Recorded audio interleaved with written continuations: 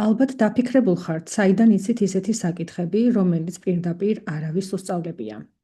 სტიმულის ექვივალენტობა ეს არის უნარი, რომელსაც ყოველდღე ვიყენებთ და რომელიც ჩვენი ენისა და აზროვნების საფუძველია. ვნახოთ, როგორ ახერხებს ჩვენი ტვინი ამ დამოუკიდებელი კავშირების შექმნას. სკოლაში გვასწავლეს, რომ 1/2 ნახევარს ნიშნავს და 50%-იც ნახევარია. მაგრამ ვინმეს ხომ არ უთქვამს, რომ 1/2 უდრის 50%-ს.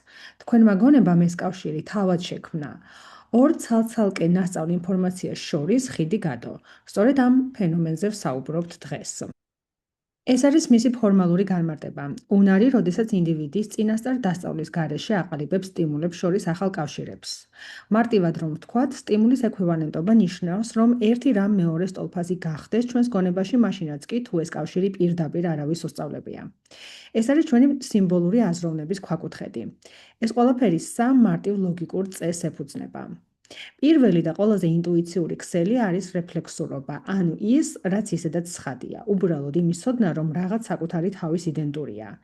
A უდრის A-ს, ამას სწავლა არ სჭირდება, ეს თანდაყოლილია.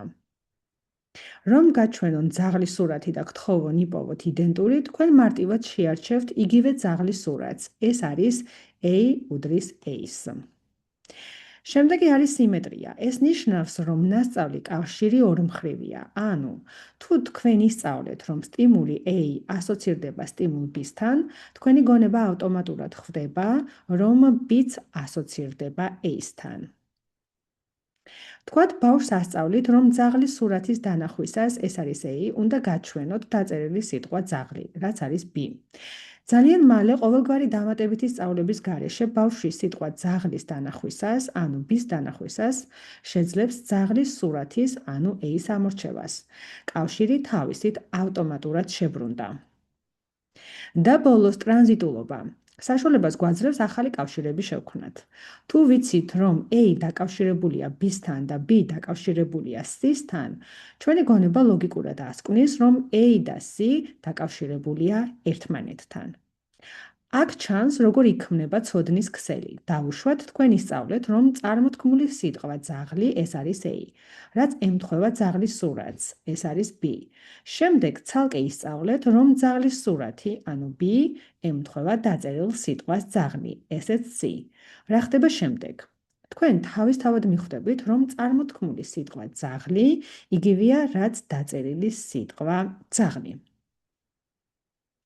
ეს ყველაფერი უფრო სახალისო მაგალითითაც ვნახოთ სერიალ მეგობრების სამყაროდან. თქვენ იცით, რომ ფრენდში როსი არის იგივე ადამიანი, ვისაც ქვია როს გელერი. ეს არის რეფლექსურობა, ერთი და იგივე ობიექტი საკუთარ თავს უდრის. ასევე იცით, რომ როს გელერი არის პერსონაჟი, რომელიც დინოზავრებზე საუბრობს და პალეონტოლოგია უყვარს.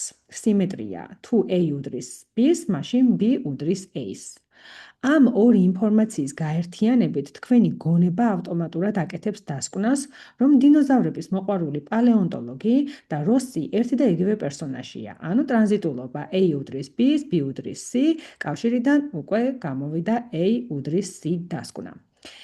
თქვენ ეს კავშირი არავინ ცალკე არ გასწავლათ. ტვინი თვითონ აერთიანებს ინფორმაციას და ქმნის ახალ კავშირს. სწორედ ეს არის სტიმულის ეკვივალენტობა.